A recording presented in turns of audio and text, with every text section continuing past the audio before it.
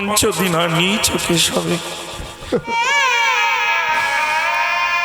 দুঃখ কি জানো, আমরা ভগবানকে ভালো সবাই বেসেছি, ভগবানকে ভালো সবাই বেসেছি,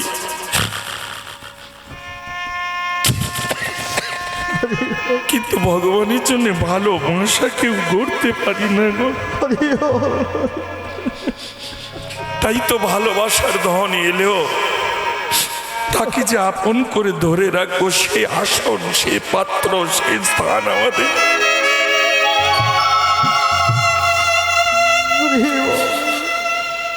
এ জগতে জীবের কি জ্ঞানের অভাব আছে?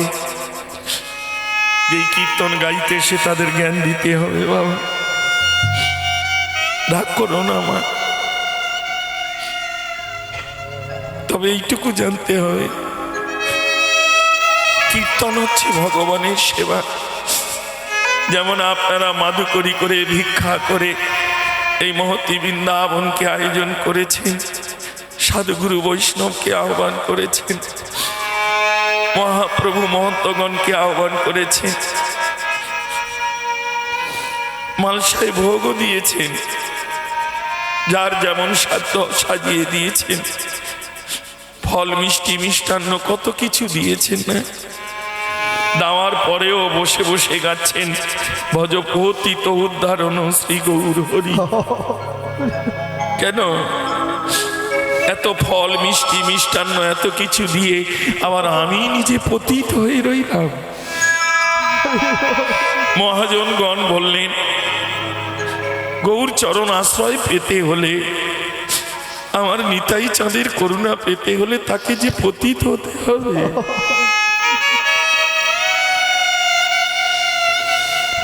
হরে কৃষ্ণ হরি বল। জ্ঞানীজন তাই বলেন, মা উঁচু যদি হতে চাও নিচু হও আগে। আমরা মনে করি কলিযুগে নাম করলেই জীবের সকল উদ্ধার, সকল পাপ হতে মুক্ত, সকল কর্ম হতে মুক্ত, কিন্তু না। শাস্ত্রে বলেছেন কলো নাস্তে ব নাস্তে ব নাস্তে ব গতি অন্যথা। কলিযুগে নাম ছাড়া জীবের উদ্ধার মঙ্গল কোনো পথ নেই। কিন্তু এই নাম করে আমাদের কি হলো? কলিযুগ যুগে ঘরে ঘরে হরি নাম ও সংকীর্তন হবে।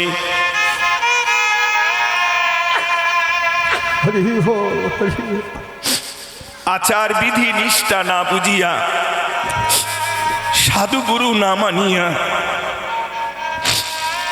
নাচিয়া কুদিয়া সব রসতলে যাবে। দুঃখ কি জানো, রাগ করবে না, জগতে নাম হবে কিন্তু নামের মধ্যে আমাদের নামা হবে না। এই জন্য বৈষ্ণবগণ আচরণ করে বললেন, ওগো আগে নাম। যদি জীবনে বাসনা থাকে যেতে নিত্য ধাম, কোনো কিছু নয়, আগে নাম। তবে যেখানে সেখানে নামিস না, শুদ্ধ সাধুগুরু বৈষ্ণব ভক্ত চরণে নিজেকে নামিয়ে দে। সাধুগুরু বৈষ্ণবের পদধূলি অঙ্গে শিরে ধারণ করে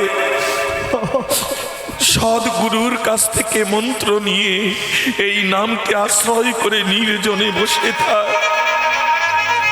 দেখবে এই নাম তোকে একদিন নিয়ে চলে যাবে সেই নিত্যধাম।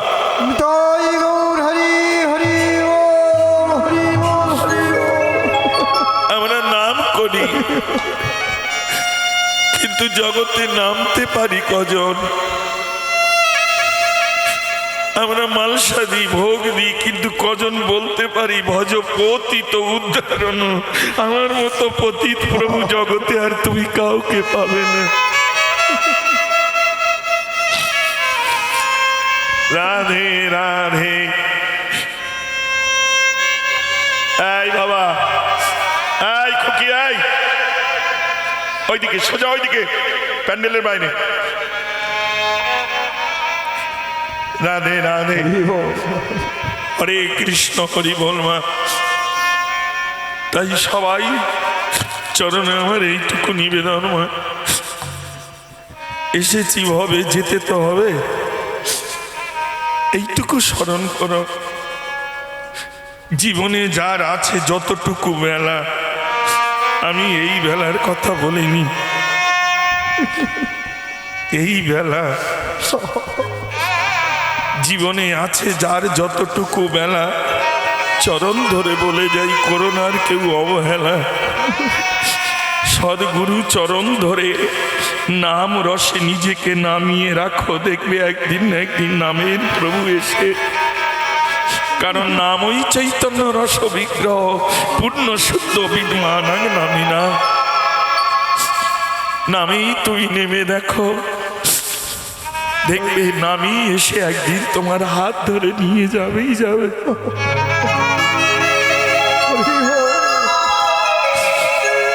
আর একটা কথা মা, হরে কৃষ্ণ, আমরা অনেকে বলি এসেছি খালি হাতে, যাব খালি হাতে। বাস্তব সত্য নয়, কেউ খালি হাতে আসে না, কেউ খালি হাতে যায় না। যদি বলো তাহলে আমরা দেখতে পাই না। এই মূল্যবান ধন ভজন সাধন এই চর্মচক্ষুর দ্বারায় না হয় দর্শন। সাধুর যে প্রেম ভক্তি ভজন কোন স্থানে চলে গেছে তা কি এই নয়নে দর্শন হবে? যদি হয় সেই নয়ন, প্রেম ভক্তি অনুরাগের ভজন সাধনের নয়ন, তবেই তার হৃদয়ে জাগ্রত হয় কৃষ্ণ ভজন।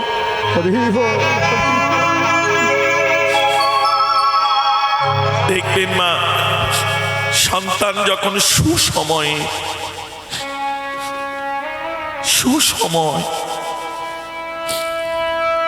এখন তো 8 মাসে 7 মাসে 9 মাসে সিজার করে নিয়ে তুলে নি না, এটা সুসময় নয়, এটা গায়ের জোর। বা কিন্তু সুসময়ে যদি সুপদ দিয়ে ভূমিষ্ঠ হয়, তার কর এমনি করে মুষ্ট মারা থাকে। ভেবেছে কোনদিন এই জলাশয়ে কিমিকিটের মধ্যে মলমূত্র যেখানে, সেখান থেকে ওই সদ্যজাত শিশুটি কি এমন বস্তু নিয়ে এলো আপন করে মুঠো করে, কি নামিয়ে আনলো ধরাধামে। বৈষ্ণবগণ তাদের সেই প্রেম ভক্তির নয়ন দিয়ে দর্শন করলেন। ওই শিশুটির করে আছে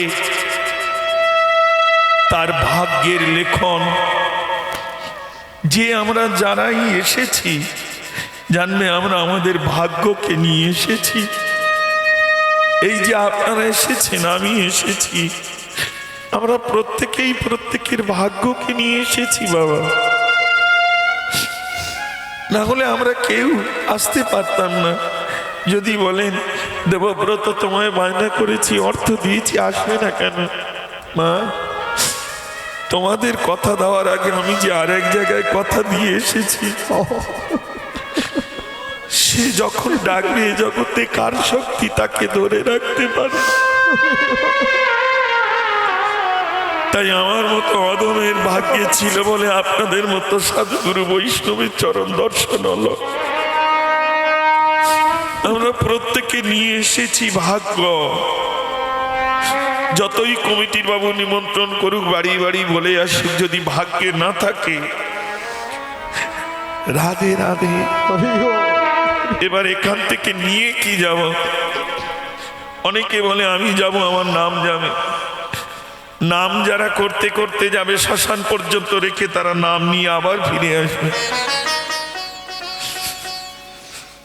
লক্ষ্য করো মা, বলো আমি যাবে, আমার প্রাণ যাবে। প্রাণ তো আগেই চলে গেছে, তবেই তো তোমায় নিয়ে গেছে। তাহলে কি যাবে? জীবনে মনে রেখো মা, যেদিন তুমি যাবে তোমার সঙ্গে একজন যাবে, সে হলো তোমার কর্ম। আর কর্মই হচ্ছে ধর্ম। এমন কিছু কর্ম করো না জীবনে সাধুগুরু বৈষ্ণব ভক্ত আঘাত পায় জীবনে। কারণ ভগবানকে দুঃখ কষ্ট আঘাত দিলে সে সইতে পারে, কিন্তু সাধুগুরু বৈষ্ণবের আঘাত করলে ভগবানও সইতে পারে না। কর্মই ধর্ম মা। কর্মের মধ্যে দুটো ভাগ, একটা সৎ কর্ম, একটা অসৎ কর্ম। এবার তুমি ঠিক করো, মনুষ্য জনমে এই দেব দুর্লভ, যে দেবতারাও এই জনম বাসনা করে, দেবলোক ছেড়ে তারাও এসেছে ধরাধামে এই কলিযুগে। শিবৈল অদ্বৈত শ্রীবাস গদাধর, তাই না, স্বয়ং ব্রহ্মা হইয়াছেন ভক্ত হরিদাস, সব এক এক করে হয়েছেন, তারাও নেমে এসেছেন। এই জন্য ধন্য কলিযুগ, ধন্য চৈতন্য অবতার। এই জনমে এই যুগে যদি হরি ভজন না হলো তাহলে জানবে বৃথাই চলে গেল জনম। বারবার চেষ্টা করো মা। রাধে রাধে, হরে কৃষ্ণ, হরি বল। লীলা পরিবেশনের মধ্যে আরো আপনাদের সঙ্গে দাওয়া নেওয়া হবে। হরে কৃষ্ণ, হরি বল। তুমি যদি আমায় কৃপা করে তোমার পদধূলি শিরে দাও, তুমি কৃপা করে যদি তোমার পদধূলি শিরে দাও, তাহলে এই কলিজীবের দ্বারে দ্বারে যে দাঁড়ে দাঁড়ে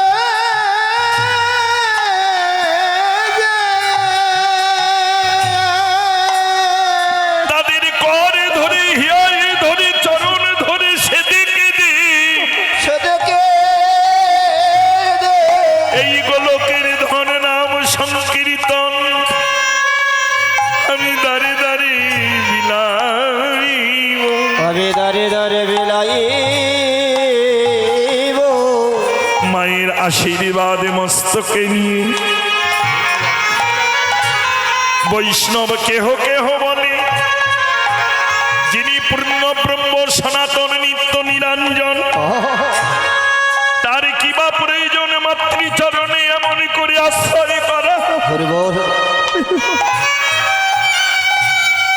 যার চরণে পাবারে আসি দেব দুর্লভ কীর্তন, সবাই কাঁদে, সবাই কাঁদে। সেই পতির পাবন গৌর মায়ের চরণে কেন কাঁদে? বৈষ্ণব মহাজন কেহ কেউ আস্বাদন করে বলল, শোনো, প্রভু শুধু নিজের জন্য কাঁদে নাই, আমাদের মতো জগজীবের জন্য।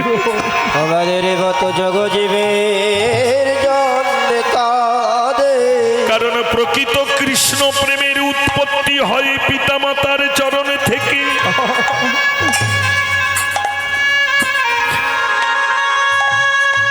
এ জীবনে আমরা যেই যত বৈষ্ণব ভক্ত হই না কেন, জানবে পিতৃমাতৃর কৃষ্ণ ভজন না থাকলে পিতামাতার মিলিত তনু এই দেহ ভক্তের চরণে আসে না। তাই মহাপ্রভু আপনি আচরি ধর্ম জগৎকে শিক্ষা দিতে প্রথমে মায়ের চরণে প্রণাম করে চরণে ধুলি শিরে নিয়ে পারিষদগণকে নিয়ে পদে দিয়ে চললে, ওই দেখো কর কর এ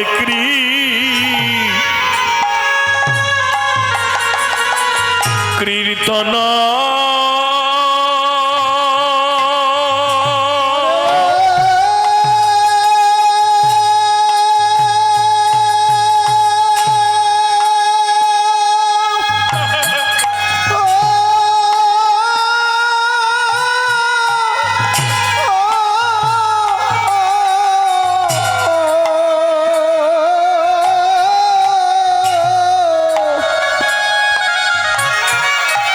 ও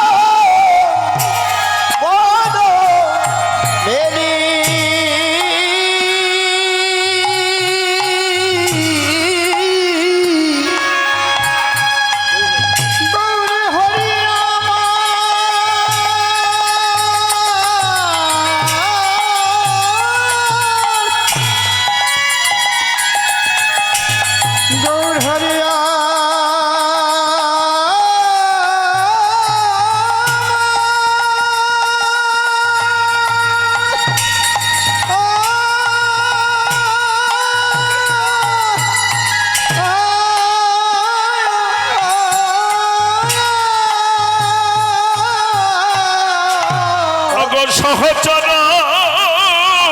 আয়ে গণ বেলি এই দেখো সহচর গণমেলি কর প্রভু কর এ কীর্তন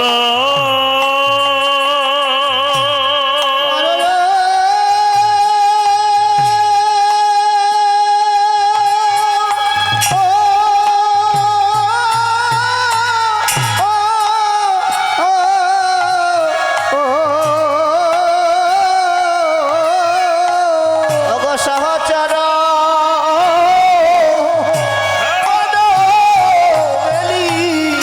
সহচর বনবেলে কর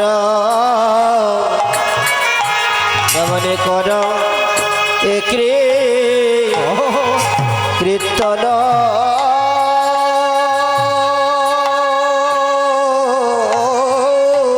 খেলে বৈষ্ণবের খেলা বৈষ্ণবের খেলা খেলে বৈষ্ণবের খেলা বৈষ্ণবের খেলা যে খেলায় যাবে তেতাবে জ্বালা বৈষ্ণবের খেলা যে খেলায় যাবে ত্রেতাবে জ্বালা বৈষ্ণবের খেলা যে খেলায় যাবে তেতাবে জ্বালা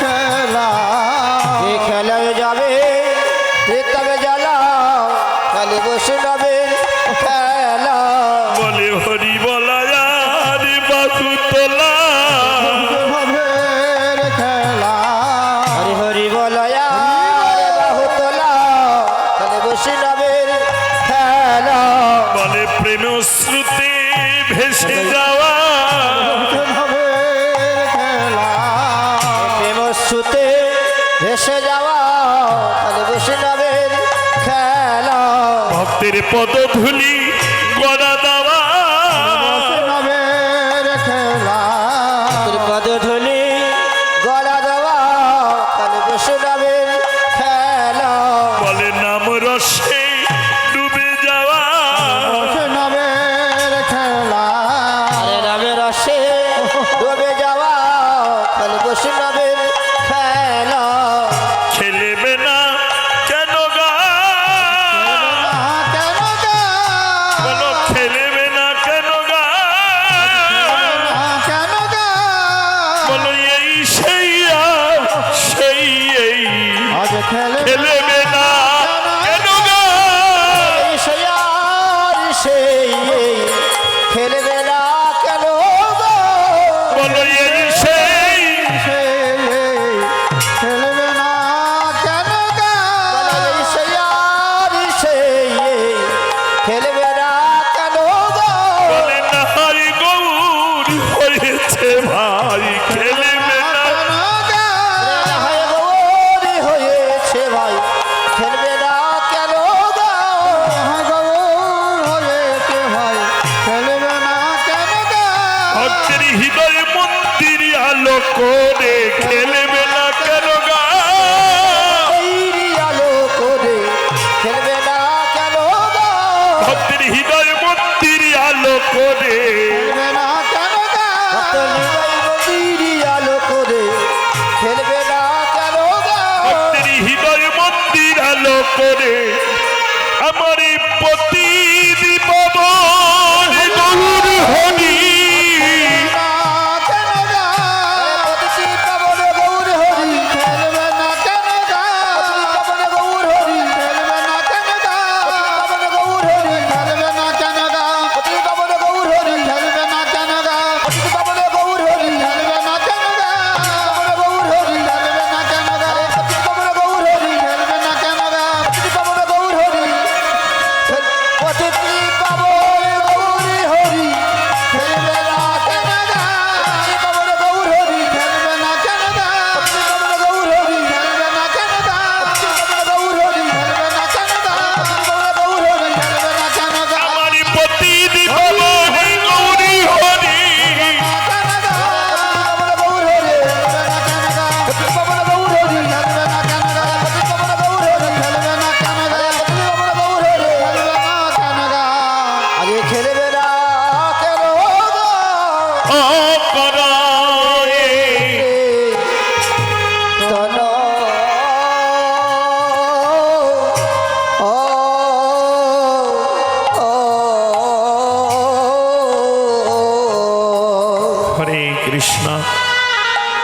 হরি বল। জোরদাই একটা জিনিস বলি মা, জোরদাই রাধে রাধে। সাউন্ডগুলো একরকম রাখতে হবে। এইটা এইটা ঠিক আছে, রাধে রাধে রাধে, রাগ করো না। হ্যাঁ? এই দুটো মনিটর বন্ধ করে দাও। হ্যাঁ, কাছাকাছি এই দুটো থাক। হ্যাঁ, এত মনিটর দিতে নেই, দুটো হলে একটা হলেও হয়ে যাবে। যাক, রাধে রাধে। চারটে দিন কালা হ্যাঁ, হরে কৃষ্ণ হরি বল। জয় রাধে। শান্ত কীর্তন শান্তর বস্তু বাবা। একটা জিনিস বলে যাই মা, আর কোনোদিন তোমাদের চরণ দর্শন হবে কি জানি না, তবে এইটুকু বলি মা, জপ করো, আহ্নিক করো, তপ করো, যাই করো, এই কলিযুগে নামতে শেখো। আস্তে বসো, নামতে শেখো, আর কিচ্ছু নয়। আমরা সবাই জানি কি হয়েছে, কি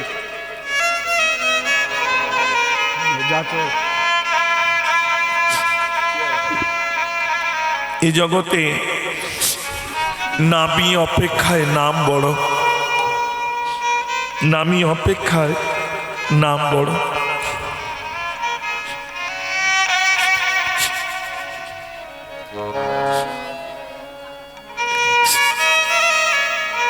প্রভু রামচন্দ্র বানর সেনাগণকে সঙ্গে নিয়ে যখন সমুদ্র বন্ধন করছেন, বানর সেনারা এক এক করে রাম নাম লিখে শিলা যখন, পাথর যখন জলে রাখছেন, ভেসে উঠছে।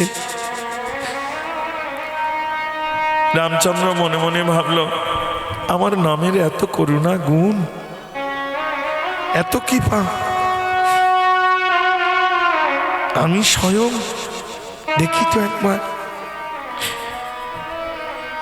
বৃক্ষতল থেকে উঠলেন, উঠে আস্তে করে ছোট্ট একটি পাথরের টুকরো নিয়ে সমুদ্রের কিনারে গিয়ে ওই সমুদ্রের জলে পাথরটিকে ছেড়ে দিলেন। যেই ছেড়ে দিল, পাথরটি জলের মধ্যে ডুবে গেল। রামচন্দ্র চমকে গেল, ভীত হয়ে গেলেন। কেউ দেখতে পাইনি তো, কারণ আমার নাম লিখে বানর সেনারা জলে পাথর ভাসিয়ে দিচ্ছে, আর সাক্ষাৎ আমি সেই রাম। কমনে করয় রাধে কীর্তন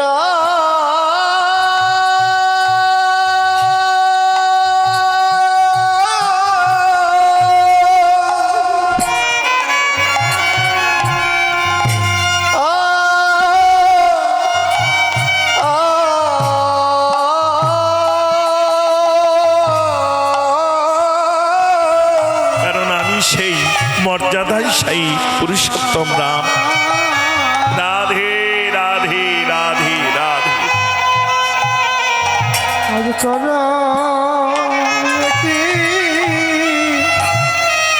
কীর্তন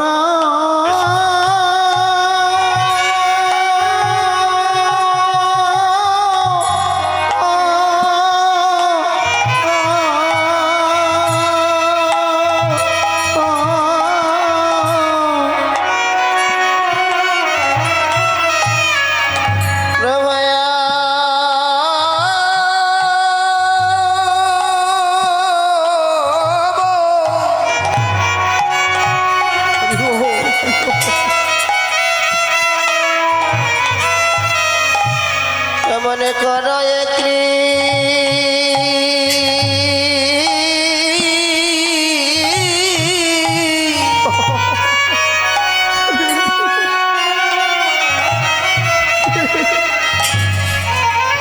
কীর্তন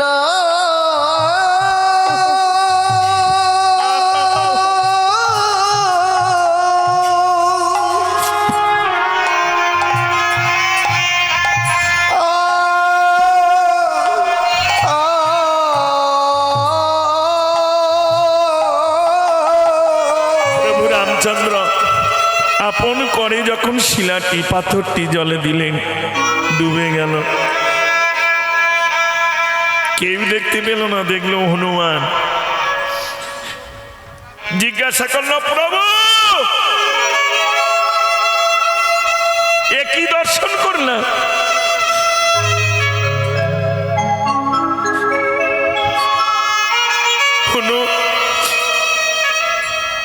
ভেবেছিলাম মনে স্বয়ং সাক্ষাৎ আমি যেখানে বিরাজমান, আমি সেই মর্যাদায় সেই রাম। আমার নামের যদি এত কৃপা করুণা তোমাদের হয়ে থাকে, যে নামের গুণে শিলা পাথর জলে ভাসে, তাহলে আমি রাম না জানি? ছোট্ট একটা পাথর, তাই জলে দিলাম,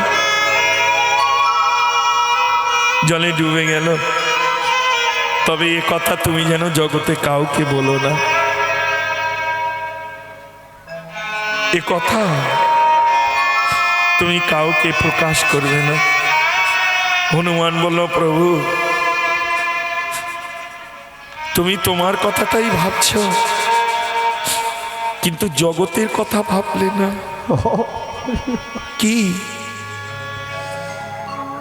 প্রভু পাথর এমনি ডোবেনি, ডুবেছে কেন জানো? তুমি জগৎকে জানিয়ে দিতে গেলে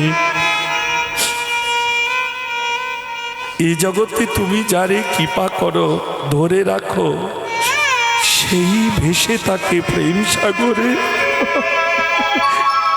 আর তুমি যারে ছেড়ে দাও, সে অতল মায়ার সমুদ্রে যে তলিয়ে যায়। প্রভু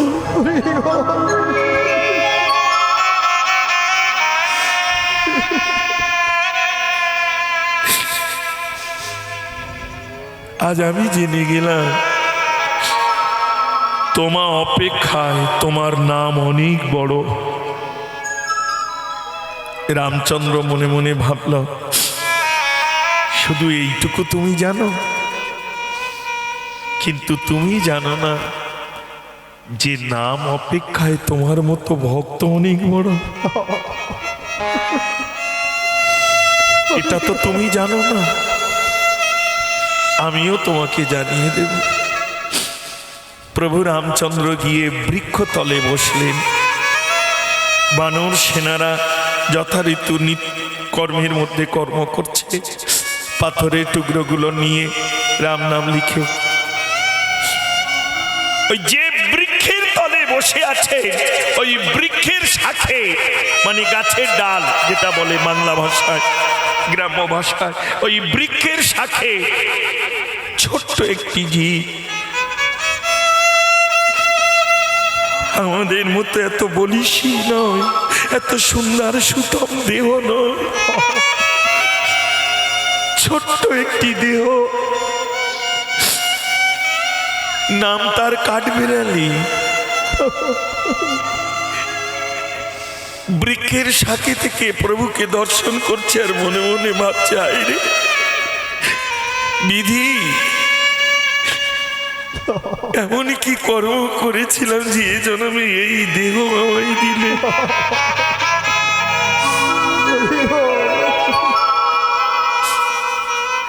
যদি বা এই দেহ দিলে, তবে এমন পুরুষোত্তম রামচন্দ্রকে কেন আমায় দর্শন করালে?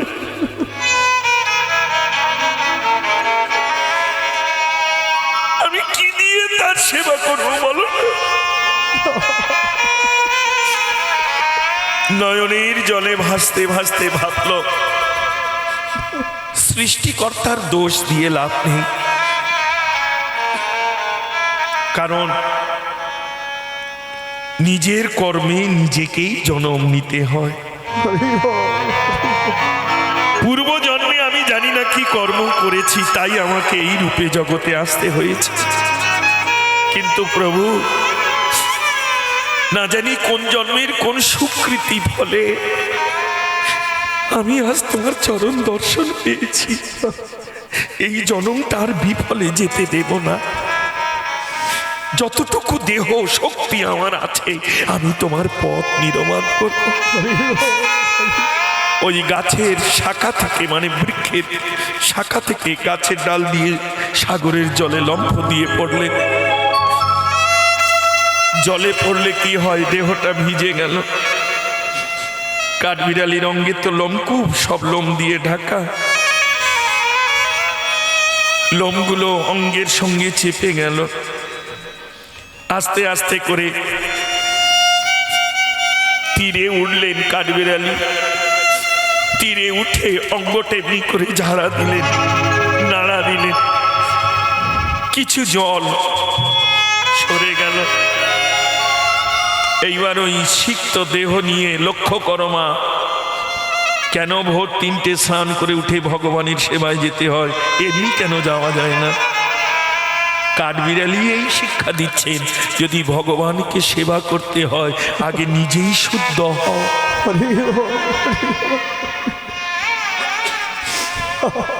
শুধু কীর্তন শুনলে হবে না, সিদ্ধান্ত বুঝলে। কেন কাঠবিড়ালিও জগৎকে জানিয়ে গেল। সে তো পারত ওই অবস্থায় গিয়ে, যেখানে বানর সেনারা পাথরগুলো ভাঙছে, ছোট ছোট করছে, তো ওই পাথরের টুকরোগুলো যেখানে বালিকণা হয়ে আছে, ছোট ছোট টুকরো, সেখানে গিয়ে কাঠবিড়ালি গড়া দিচ্ছে। ওই কমল অঙ্গে না জানি তার কত আঘাত হচ্ছে, কারণ টুকরোগুলো তো সব একভাবে নেই, কত তীর ভাব হয়ে আছে, ফলার মতো হয়ে আছে, তাহলে তার কোমল অঙ্গে গিয়ে আঘাত করছে। কিন্তু তার মনের আশা, আমি প্রভু রামচন্দ্রের যাওয়ার পথ করে দেব। কারণ আজ প্রভু যাচ্ছে, যেদিন আমার যাওয়ার পথ হবে। হরে কৃষ্ণ, হরি বল। অঙ্গটি দেহটি দিয়ে বারবার গড়া দিল।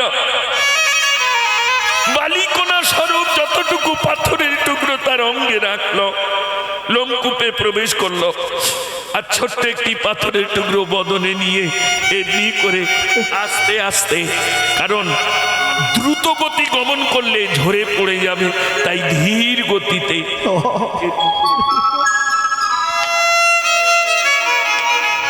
ওই পথে পাথরের মাঝখানে গিয়ে যতটুকু ফাঁকা আছে সেখানে অঙ্গটা এমনি করে ঝাড়া দিচ্ছে, ধুলা ঝরে পড়ছে। অর্থাৎ দেহের মধ্যে থেকে যতগুলো বালিকণা ছিল ঝরে ঝরে পড়ছে। আবার আসে এই যাওয়া আসা, আগম আর নিগম। লক্ষ্য করো মা, আমাদেরও এমনি কত জন্মে হয়েছে যাওয়া আসা, তবে জীবনে ভগবানের জন্য বাঁধতে পারেনি ভালোবাসা। তাই তো জীবনে আমাদের এমন দশা গো। যদি বাঁধতে পারতাম ভালোবাসা, তাহলে আমাদের মিটে যেত যাওয়া আসা। নিত্য সিদ্ধের দেশে প্রেম তরঙ্গে ভেসে আমি নিতাই গৌর সেবায় মিটতে থাকতাম।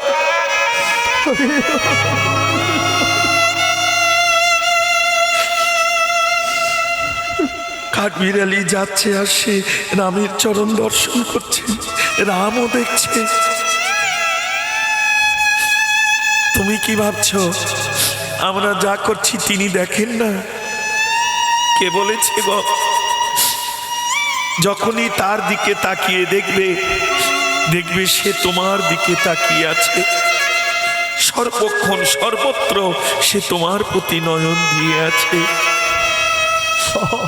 কিন্তু দুর্ভাগ্য আমাদের, যদিও বা তার পানে তাকাই, কিন্তু সেই নয়নে তাকাতে পারি না। বিচার করো মা, মিলিয়ে নাও জাগতিক জগতের সঙ্গে মিলিয়ে নাও। নয়ন তো দুটো। মাকে যখন দেখো এই নয়নে কি নয়ন দেখো? স্ত্রীকে যখন এই নয়নে দেখো সে নয়ন কেমন, কন্যাকে যখন এই নয়নে দেখো কেমন, বাড়ির চাকরকে যখন এই নয়নে দেখো কেমন দেখো। দেখতে দুটো নয়ন কিন্তু দর্শনের এক নয়। ঠিক তেমনি বাবা আছে এই দু নয়ন কিন্তু দেখা। রাধে রাধে।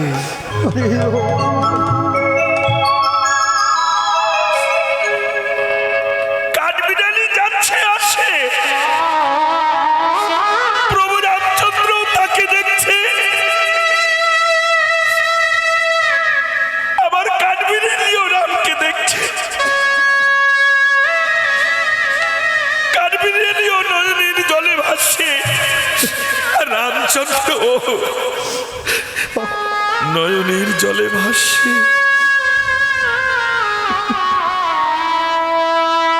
তাহলে ভগবানও কাঁদছে, আবার দাসও কাঁদছে, মধ্যিখানে মিলন হচ্ছে না কেন? একটাই কারণ, এই বারবার যাওয়া আসার মাঝখানে হনুমান মনে মনে ভাবে আমরা এত বলিষ্ঠী, এত শক্তিমান, এত বলবান, আমরা যাওয়া আসা করছি এই পথে, আর এই ছোট্ট একটা জীব বারবার যায় আসে, না জানি কার পদপিষ্ট হয়ে প্রাণ হারাবে। হ্যাঁ, এই ভেবে হনুমান বলে যা এখান থেকে বলে আপন চরণটা তুলে নিয়ে যেই কাঠবিড়ালির চরণ দিতে গেছে, চাপা দিতে গেছে, প্রভু রামচন্দ্র ওখান থেকে চিৎকার করে উঠল, হনু বাবা তুই চরণটা সরা বাবা। রামচন্দ্র ছুটে এসে হনুর চরণটা ধরতে গেল, আগে চরণ সরা। হনু চরণ যেই সরিয়ে নিলেন, তাড়াতাড়ি করে রামচন্দ্র ওই ছোট্ট কাঠবিড়ালিকে আপন কোলদেশে এমনি করে নিয়েছে। আরে বড় কষ্ট হয়েছে, আঘাত হয়েছে। হনুর পদতলে পড়ে পিষ্ট হয়েছে, বড় কষ্ট পাচ্ছ। কাঠবিড়ালি কাঁদছে আর প্রভুর পানে দেখছে। প্রভু তুমি আমাকে এমন করে বক্ষে ধরেছ, আমি জগতের এত নিকৃষ্ট জীব জেনেও আমাকে। হ্যাঁ রে, রামচন্দ্র তার কমল কর অঙ্গে বুলিয়ে দিলেন। ওই জন্য কাঠবিড়ালির অঙ্গে দেখবে মা দাগ আছে, এই দাগ কার? প্রভু রামচন্দ্রের কমল কর অঙ্গে এমনি করে বুলিয়ে দিলেন। তারপর প্রভু রামচন্দ্র কাঠবিড়ালিকে জিজ্ঞাসা করল, আমার এই যাত্রা পথে তুমি সহযোগিতা করছো, আমার সীতার উদ্ধারের পথ তুমি তৈরি করছো, তেমনি তোমার জীবন পথে তুমি যা চাইবে আমি তোমাকে তাই দেব, বলো তুমি কি চাও? তুমি যদি দেবলোকে দেবত্ব চাও আমি দেব, তুমি যা হতে চাইবে আমি তোমায় দেব, প্রয়োজন হলে আমি তোমার দাস হব। রামচন্দ্রের মুখশ্রিত বাণী শ্রবণ করে কাঠবিড়ালি বলল, প্রভু চাইব, যদিও চাইলে পাওয়া যায় না, কারণ করে পাওয়ার নাম কৃপা। চাইতে নেই, কর্ম করো, ফল তুমি দিয়ে রেখেছ। তবু যখন বললে স্বয়ং সাক্ষাৎ তুমি নিজ বদনে, তবে চাইব তোমার চরণ। চাও প্রভু গো, প্রভু গো, মিনতি রইল তোমার ওই চরণে।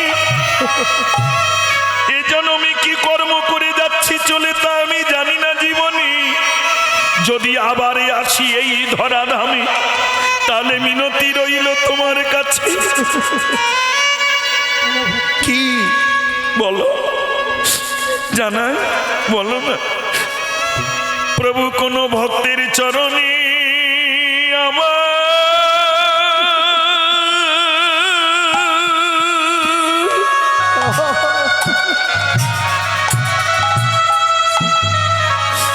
আমায় আশ্রয় দিও,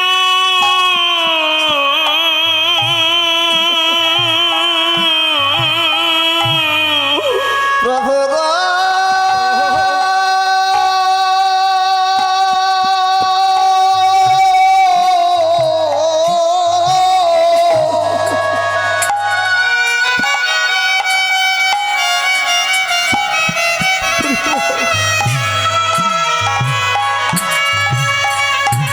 কোন ভক্তের চরণে আমার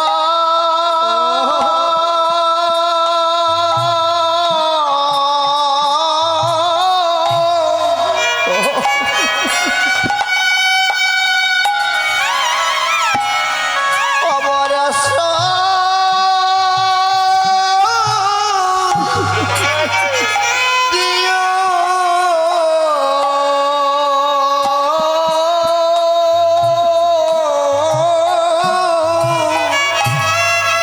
আমার এই মিনতি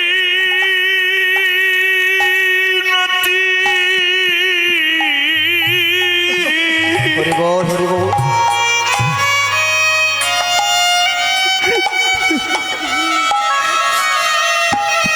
জানাই রাখি, ভক্তের চরণে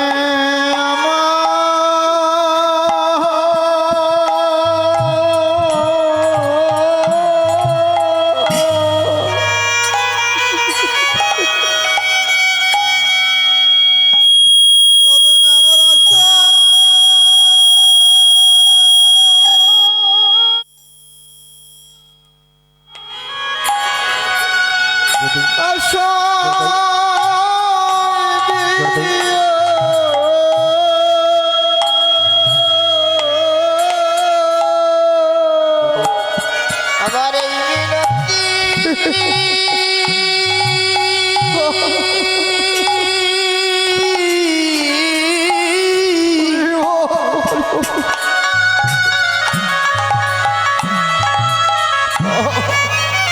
জানাই রাখি,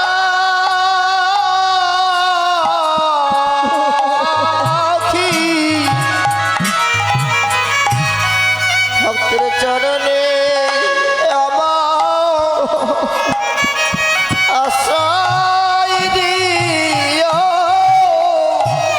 আমার রাজাধিরাজ করে নয়, আমার দেবত্ব দিয়েও নয়, আপন কর্মদোষে যে কুলে জনময় হোক না কেন,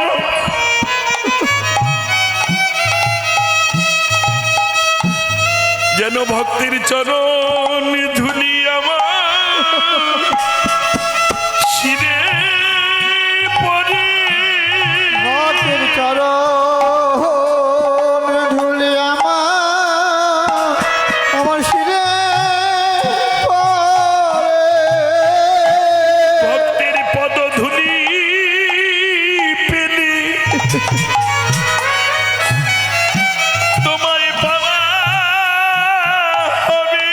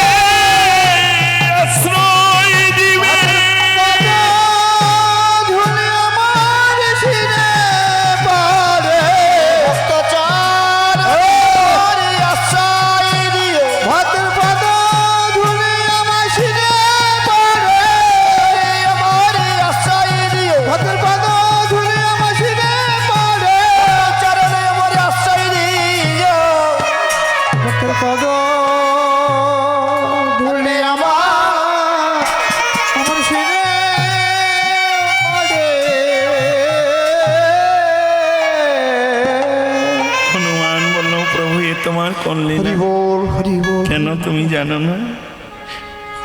আমি অপেক্ষায় যেমন আমার নাম বড়, তেমনি নাম অপেক্ষায় তোমার মতো ভক্ত বড়। হরি বল। এই কাঠবিড়ালি যতবার যাওয়া আসা করেছে সে আমায় দেখেছে, আমার কাছে কেঁদেছে। আমি তাকে কোলে নিতে পারিনি, কেন জানো? একটাই কারণ, জীবনে কোনোদিনও কোনো ভক্তের পদধূলি পাইনি।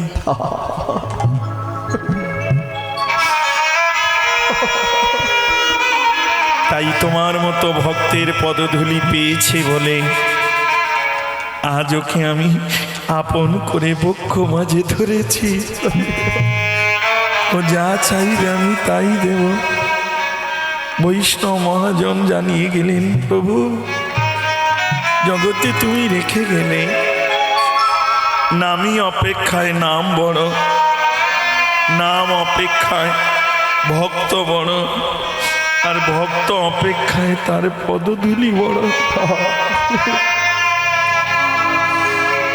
ধন্য ধন্য প্রভু। সেই লীলা সাধনে মহাপ্রভু হরিনাম সংকীর্তনে মেতেছেন বটে, কিন্তু কখন না নৃত্য করছেন, কখনো নয়ন জলে ভাসছেন, আবার কখনো ভক্তের পদধূলির উপরে গড়া দিচ্ছেন। বৈষ্ণব মহাজন বলে, এ খেলা জগতে দেখি নাই, তবে এই খেলা কোন খেলা জানো? ওগো খেলা এবি বিনোদ খেলা।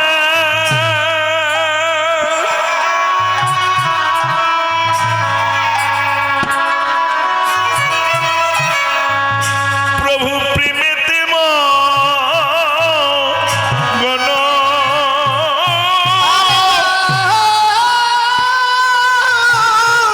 হরি বল। ও খেলায় বিনোদ খেলা,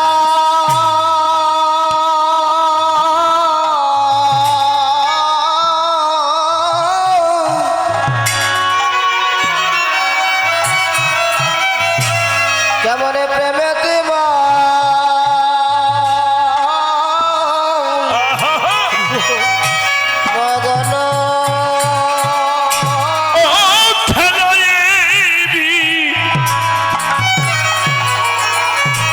বিনোদ খেলা। রাধে রাধে রাধে। এ জীবনে আমরাও খেলি কামনা বাসনা, তাই না? হরে কৃষ্ণ, হরি বল মা। রাগ করিস না, অপরাধ কেউ নিস না। হরি নামে হরি নামে আমরা সবাই বলি হরি নামে হরি নামে, কিন্তু সব জায়গায় হরি নামে না।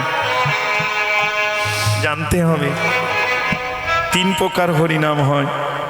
একটা হলো রাজসিক, পয়সা আছে দিয়ে যাচ্ছে। মন্ডল পরিবার, চৌধুরী পরিবার, নস্কর পরিবার 101 বছর পূর্ণ হরিনাম সংকীর্তন, আপনাদের নিমন্ত্রণ। কি অহংকার!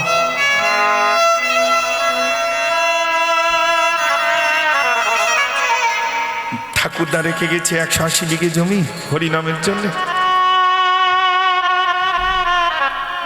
রাজসী। আর একবার হরিনাম হয় আর এক স্থানে। রাধে রাধে। কোন স্থান? বর্দা বাড়িতে হরিনাম দিয়েছে, আমি হরিনাম দিয়ে দেখিয়ে দেব। আস্তে মাইক ভ্যান, ওর মাথায় কীর্তনিয়া নেড়া এনেছে, আমি হিপি অয়েল এনে দেখাবো। ও এনেছে 12,000 টাকার দল, আমি 30,000 টাকার দল এনে। এটা কি? তামসী। নিজে নামতে পারিনি। ভাবো তোমার, যে বাড়িতে তুমি এসেছো সেই বাড়ির মালিক যদি অভিমানে বসে থাকে, সেই বাড়ির কি যেমন মিলিয়ে নাও। কৃষ্ণকে দুর্যোধন নিমন্ত্রণ করেছিলেন, আয়োজনও করেছিলেন 64 ব্যঞ্জন, পরমান্ন, মিষ্টান্ন, সব কিছু, পুষ্পান্ন সবই করেছিলেন আয়োজন। কিন্তু কৃষ্ণ সেবা করলেন না কেন? একটাই কারণ, কারণ দুর্যোধন সবই করেছিলেন কিন্তু অভিমান থেকে নিজেকে নামাতে পারেনি। তেমনি মা, এই হরিবাসরের সবই তুমি করেছ, কিন্তু ওই যে দাদা করেছে বা ভাই করেছে আমি করে দেখিয়ে দেব, তার মানে তুমিও অহংকারে বসে রইলে। বাইরে সব আয়োজন হলো, ভগবান এলো বটে, কারণ কোন ভক্ত রূপে তিনি যে আসেন ভক্তের দ্বারে, কখন কোন রূপে ঘোরে জীবের চারিপাশে আমরা কেউ জানি না। ভগবানও দেখে ভাবে মনে, দুর্যোধনের যেমন অহংকার চূর্ণ হয়েছে কুরুক্ষেত্রের যুদ্ধে, তেমনি তুমি যে অহংকারে মত্ত হয়ে আয়োজন করেছ, এও অহংকার চূর্ণ হবে এই রণক্ষেত্রের মাঝে। দুই প্রকার হরিনাম পেলে, রাজসী আর একটা হলো তামসী। আর একটা হরিনাম আছে, বলে না এই হরিনাম নয় রে মাধাই, আর এক হরিনাম আছে, এই হরিনাম নিয়ে যাবে সেই হরিনামের কাছে, সেটা হলো সাথী। নিজেকে সংকল্প করে দাঁড়ে দাঁড়ে ঘুরে কৃষ্ণ ভক্তের দ্বার হতে মাদকরি করে এনে বছরের এই দিনটাকে সংকল্প করে প্রেম ভক্তি অনুরাগে সাধুগুরু বৈষ্ণব সঙ্গে তাদেরকে আহ্বান করে এনে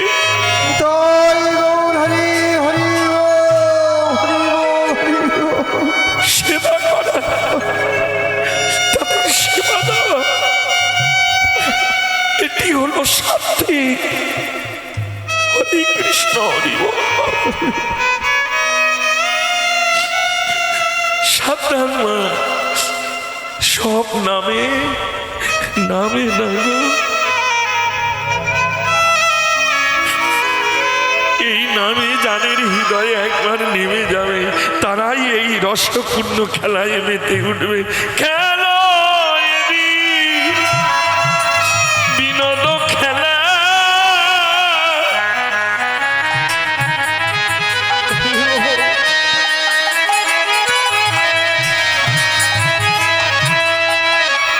প্রভু প্রেমেতে মগন,